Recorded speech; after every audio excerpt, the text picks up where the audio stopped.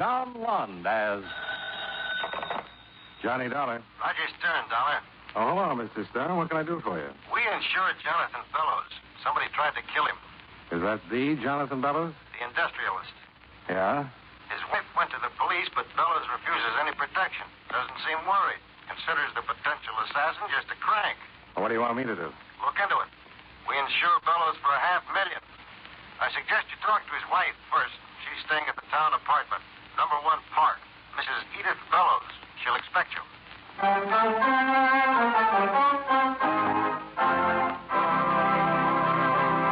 Right now, I'd like to take a few minutes of your time to pass on a thought which, incidentally, concerns time.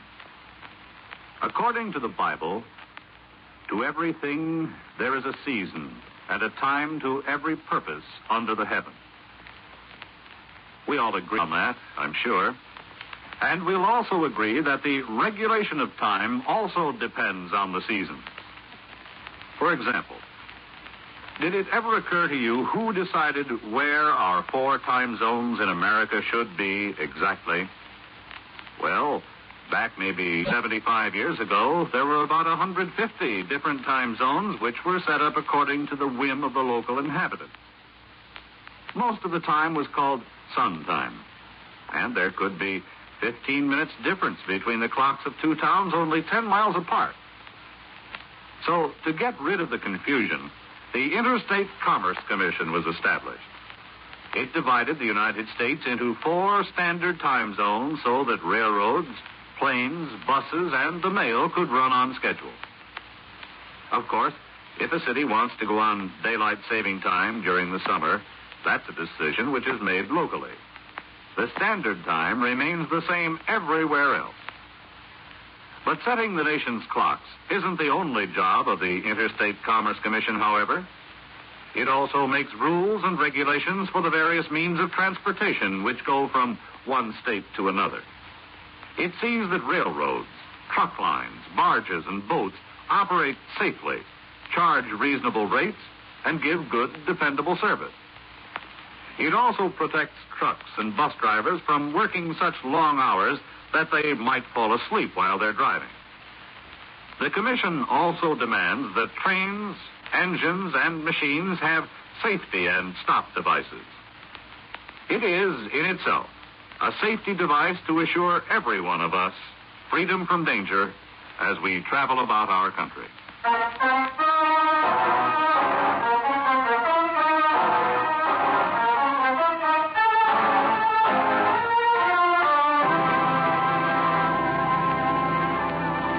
Expense account submitted by Special Investigator Johnny Dollar to Home Office, Intercontinental Indemnity and Bonding Corporation, New York City.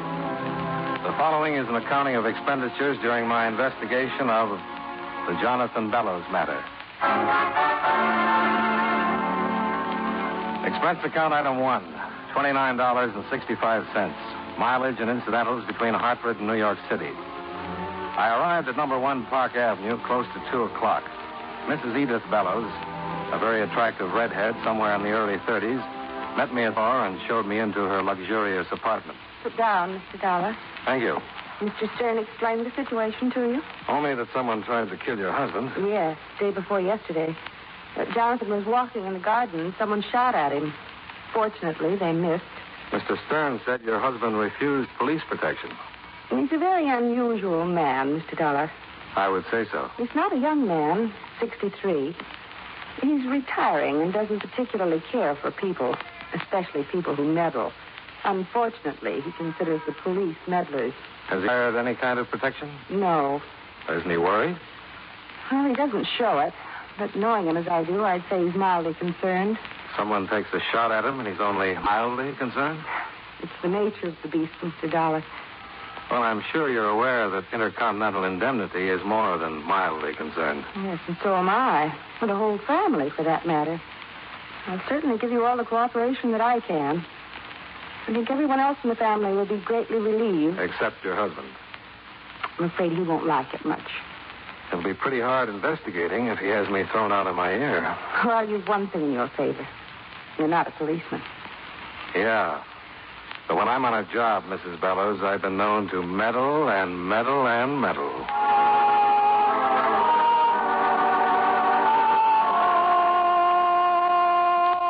talked some more about Jonathan Bellows.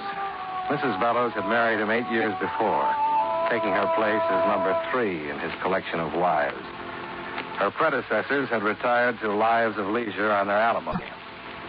Bellows had one son, Ralph, by his first marriage, now 23 years old. Around 3 o'clock, we went downstairs and climbed into a bright new station wagon. An hour later, we were driving up a long circular driveway that led to the Bellows mansion. We parked and went in. Jonathan's probably in the library. Hi. Oh, hello. Mr. Dollar, this is Ralph Bellows. Oh, how do you do? How do you do? The insurance man? Yes. Everyone know about this? Well, everyone except... Your husband. Yes. He's in the library with Professor Wilt. Gonna blow a fuse. Going to be funny, huh? Well, in a way, yes. You might not get much of a laugh out of it. Uh-huh. Ralph, that's not very considerate. Well, it's the truth, and you know it.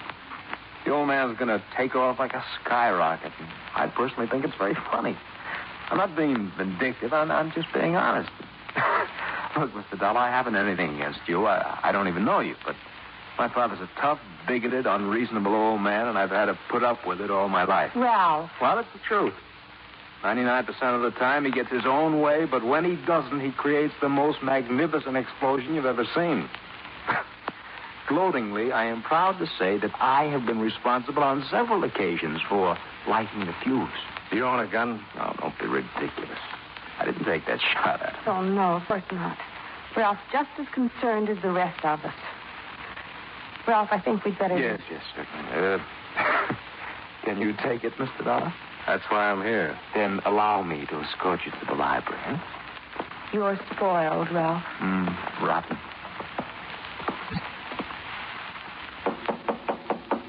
Who is it? The Atomic Energy Commission. What? You have visitors. What did you say about the atomic... Oh, he's just being silly. Hello, Professor. Hello, how are you, Edith? Beaten him 3 straight games. Who's that with you? Oh, this is Mr. Dollar, dear. He's going to find out who took that shot at you. What? Now, John, he's an insurance man. Insurance man? I'll just sit over here. I'm with Intercontinental Indemnity. What are you doing here? Who sent for you? Now, John, be reasonable. I want to know who in blazes... John, now don't get excited. You stay out of this. Young man, who told you... I was retained by Mr. Stern. I didn't tell Stern to send anyone over here to meddle in my affairs. I brought him here. You did? Why? Because we're all worried. Edith, we've discussed this whole thing. Jonathan, if you don't take it easy... Shut up. Get out of here, Mr. Dollar. Get out. Jonathan, please. Are you going to get out of here? Possibly. But stop looking like you're going to throw me out. Young man, just let me tell you... No, I've got a better idea. Sit down. What? Sit down. Why, you young... Now, sit down. Ralph, be still. Now, I've got something to say, and you're going to hear me out. Look here, Mr. Dollar. You've got no right. Who are you? Professor Wilt, Johnny Dollar. Okay, Professor. I'm going to say what I've got to say, whether you think I've got any right to or not. If you want to listen, you're welcome. Well, thank you. Young man, if you have something to say it and get out. Then I'll place a call to your company and see that you're immediately discharged. You're due for a big shock. I don't know how interested you are in maintaining your insurance policy, but if this attempt on your life isn't investigated, you're not going to have a policy. Are you finished? No, that's not what I wanted to say. It's this. I've never met you before. I don't know you, and I don't want to. You're a big man in your field, but that doesn't entitle you to be rude to me. Now I'll go. But if you ever try throwing your weight around again, I'll turn over my knee and make up for the spankings you must have missed a long time ago. I'm sorry, Mrs. Bellows. It's pretty obvious your husband doesn't care how much his family worries about him. Now, if you'll let me call a cab, I'll get out of here. Mr. Dollar. Yeah? Would you stay a moment? No. Confounded young man, now who's being rude? Compared to you, I'm still in the bush leagues. Would you please stay for a moment? I'd like very much to talk to you. Please. Mr. Dollar. You'll be missed, boy. And you keep your mouth shut, Ralph. Yes, Father. Well, Mr. Dollar. Okay. If you'll excuse us, I'd like to be alone with Mr. Dollar. Certainly, dear. We'll finish the game later, Professor. Of course. And I want to see you later, Ralph. Of course. Sit down, Mr. Dollar. Let's keep it this way. I'm still a little nervous. How much do you know about this shooting? Only that someone tried it on you. Mr. Dollar, I know who took that shot at me. You do? Here. Read this letter. I missed you in the garden. I won't miss you again. You'll pay for Ashanti? Ashanti is in Africa. 30 years ago, I was in the mining business. I had a partner, Frank Victor. We didn't get along, and there was an argument one day in the mine. It was quite a scrap, and there was a cave-in. I got out. Frank didn't. There was an investigation, and I was cleared. Why are you telling me this? Because I've decided to trust you. I'm not particularly fond of you, but I believe that you can get things done. I'm working for the insurance company, Mr. Bellows. Certainly, but as I'm sure you must have gathered, this sort of thing can create some very unfavorable publicity. Do you think this Frank Victor is alive? He must be. I've never told anyone of this incident. Well, there were certainly other people involved when it happened. Yes, but no one who was out to get me. Why would anyone else but Frank Victor want to kill me? But he didn't kill you. Maybe it was someone who knew of the accident. But what would he have to gain? Blackmail, maybe? I told you it was an accident. Sure. But maybe someone figured they could scare you into believing Frank Victor was still alive. Out to kill you. You pay over enough money and... Not on your life. Not my life, Mr. Bellows. Yours. But why wait this long? 30 years.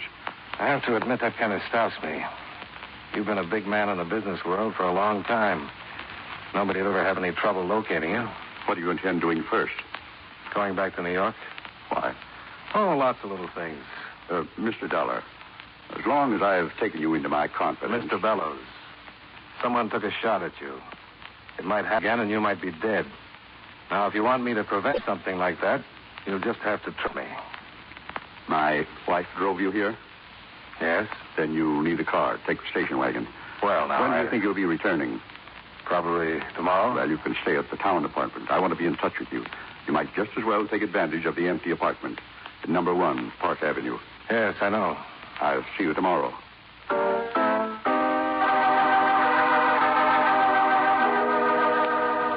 I left without saying goodbye to the rest of the family and drove the bright new station wagon back to town. I stopped off at the Times, where I wallowed through the morgue file for 3 or 4 hours. I went back 30 years to find what I was looking for. A small article dated Ashanti, Africa, 1923. It didn't say much more than what Jonathan Bellows had already told me. It mentioned the mine cave-in and a pending investigation into the death of Frank Victor, Jonathan Bellows' partner.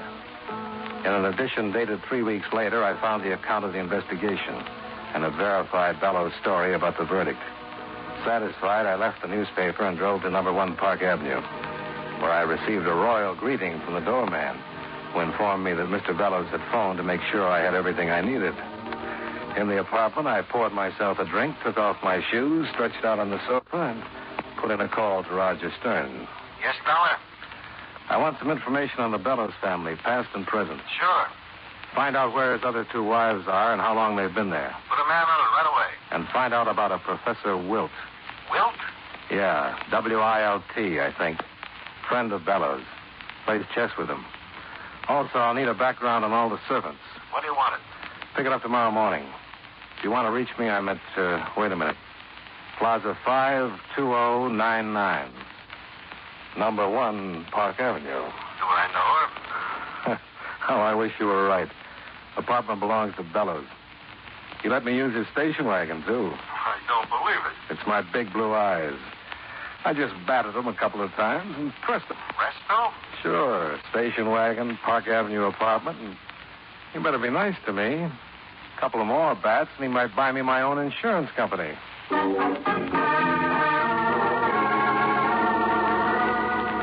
Expense account item 2, $7.50, dinner. After which I returned to the apartment and considered making a few calls that might relieve a lonely evening. I referred to my meager list of availables and was just about to try my luck when the phone rang. Johnny Dollar. Mr. Dollar? Yeah? This is Mr. Bellows. I'd like you to fix something up for me. I was just trying to do the same for myself. I'd like you to go to 955 East 108th Street and pick up a... Yes, Mr. Bellows? Pick up a package for me. Bring it right out. Sure. Is anything wrong?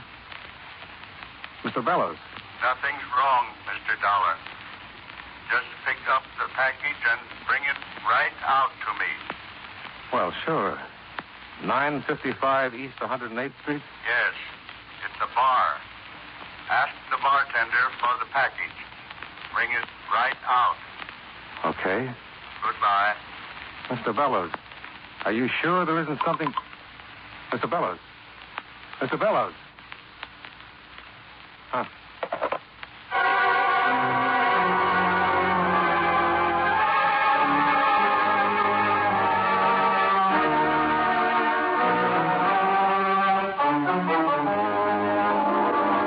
And now, with our star, John Lund, we bring you the second act of Yours Truly, Johnny Dollar.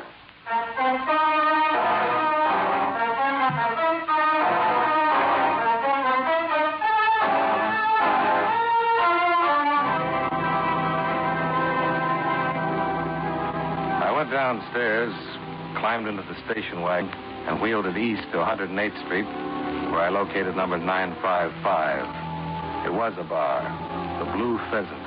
I parked and went in. I introduced myself to the bartender, and he gave me the package Bellows wanted. Then I left and drove upstate to the Bellows mansion. Hello? Good evening. Where's your husband? Well, I think he's still in his study. He was a little while ago. You going out? Yes, to see some friends. Where's Ralph? Well, he went out just after you left this afternoon. Jonathan gave him a pretty harsh scolding. Uh-huh. Been shopping? Package for your husband. Called me about an hour and a half ago. Wanted me to pick it up. What is it? I don't know, but it's heavy. Well, I'll see you later, Mr. Dollar. Mrs. Bellows, Yes? your husband's a healthy man, isn't he? Well, yes, of course. Why? Well, when I talked to him on the phone, he sounded, well, What? I don't know. It was strange. I just said goodbye to him. He seemed fine. He played chess with the professor until about 7. I saw him right after that. He seemed fine then. There's nothing the matter with my husband, Mr. Dollar. He's in the library, huh? Yes.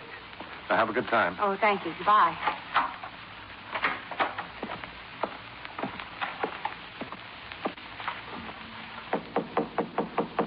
Yes? Good evening. Well, I thought you weren't coming back till tomorrow, Dollar. What? You said when you left you weren't coming back till tomorrow. But when I talked to you on the phone... Talked to me on the phone? Yeah, when you asked me to pick up this package. Package? Yeah, here. From that bar. Oh, yes, the package. Mr. Bellows, Give me the package. what's wrong with you? Nothing's wrong. Just give me the package. It's very important. I've got to open it. Okay. You're sure you're all right? Mr. Bellows.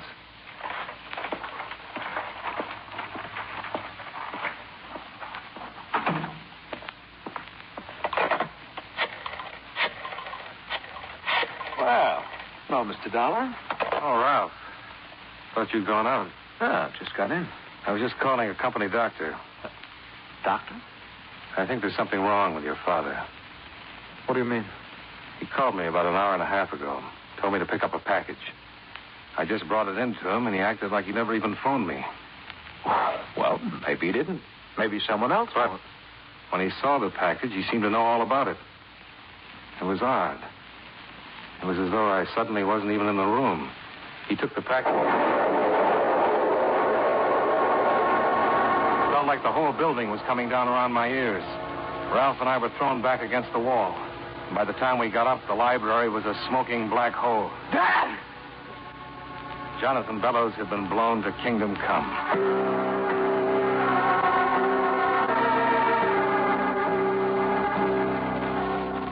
It was a bomb, all right. A big one. Planted in the package I'd given him. I called the police, and Ralph located Mrs. Bellows. Then I jumped back into the station wagon and doubled the speed limit getting back to town. The police would be busy enough until I got back. I wanted to get hold of that bartender who had given me the package. By the time I got to the Blue Pheasant, it was pretty well filled with customers. But the bartender I was looking for wasn't in sight. it be? Where's the bartender who was working here earlier? He gets off at 8. Where does he live? Why? I'm collecting addresses. Now, where does he live? You collect addresses. I collect wise guys. Beat it. Look, friend, that bartender is mixed up in a killing. What? Murder. He's a bad boy. Now, you want to give me his address, or do I make a call and flood this place with cops? Murder? You know, when someone dies the hard way and society frowns. Now, come on. What's his name? Where does he live? Earl Phillips. 588 East 157th Street. Thanks. You've been just wonderful. Well, look, I didn't know it was anything like murder. Honest, if I'd have known, I wouldn't have given you any... Please. I'm getting all choked up.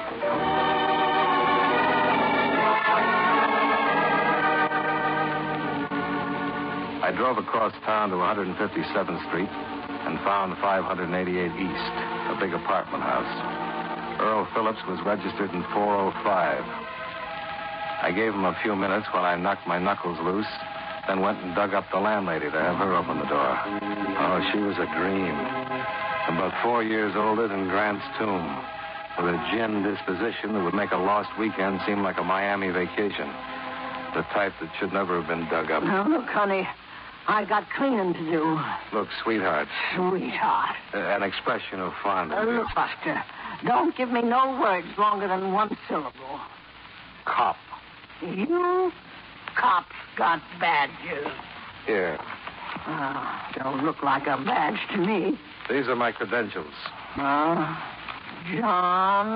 Johnny. I should have brought my glasses.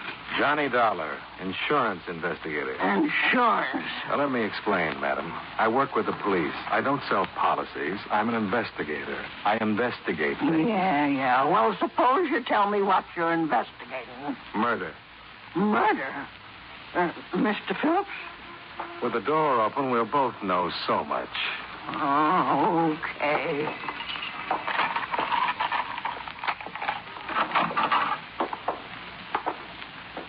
Turn on the lights. Oh, my land sake. Yeah, mine too. Is he? He sure is. Still warm. I'm not interested. I need a drink. Did you see him come in? No. You see anybody else come in? I've been in my apartment all afternoon. I'm going right back there. Come here. Do I have to? What's in there? Where? Another room. The bedroom. What are we whispering for? And the other rooms. Why? Answer me. Bathroom. Fire escape. Huh? Where is it? Oh, end of the hall. Please, Mac, what are we whispering for? There's some blood leading to that bedroom. Take it easy. Go downstairs and call the police. Go down to the police and call stairs. No. Call the 15th precinct. It's close. I got it. Goodbye. 15th precinct. 15th precinct. Yes. Ernie Phillips, the bartender who'd given me the package with the bomb in it, had been stabbed to death. There were several drops of blood leading to the bedroom door. There was a good chance the killer had been surprised and couldn't get out. I went to the door and tried it as quietly as I could. It gave, and I kicked it open. He was standing right by the door, and he had a knife. Drop it. No.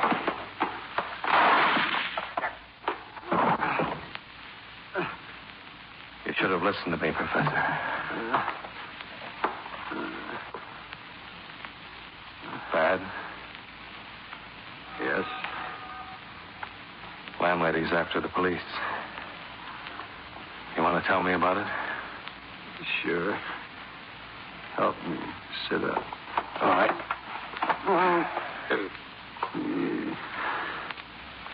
Thank you. I suppose you wonder how Bellows called for that package with the bomb. It was his voice.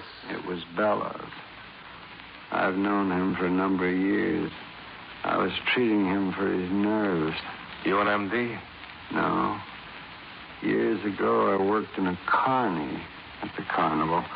Card tricks, magic, hypnosis.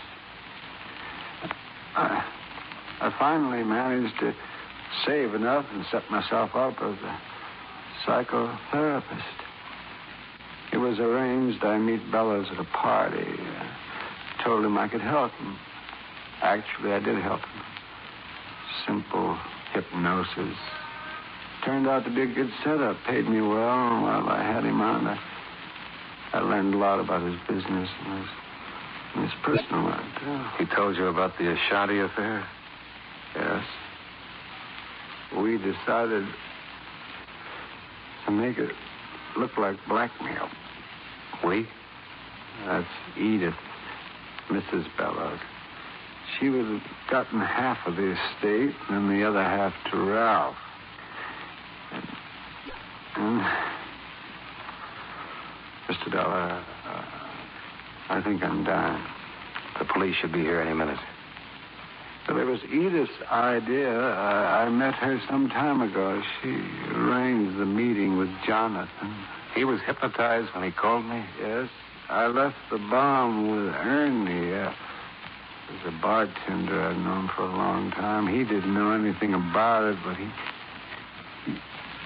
he would have identified me as the one who gave him the package. And Bellows was hypnotized when I walked into the library with the package? No, it's post-hypnotic suggestion. Told him when he was given the package, he was to take it immediately and open it. You can hypnotize a man, tell him to do something hours later when he's awake, and he'll do it? Well, he did it, didn't he? Yeah, he certainly did. Well, here they come. Oh, are they? How do you know? Sirens. Can't you hear them? What's that? I said sirens. That's how I knew the police were... Professor.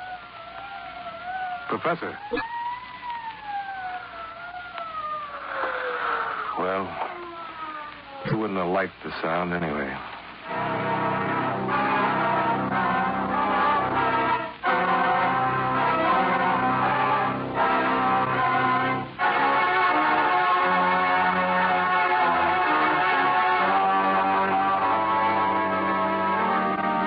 Mrs. Bellows was arrested for her share of the crime, and as you know, the case comes up next week. And that's the way it shapes up. They needed someone to be a witness to the letter and hear the old man's story firsthand, and I wound up the Patsy.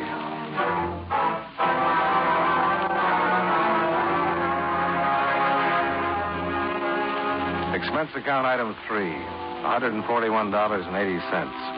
Hotel and incidentals while I stayed in town tying up the ends for the law. Item 4, $29.65. Mileage and incidentals between New York and Hartford. Expense account total, $208.60. Yours truly, Johnny Dollar.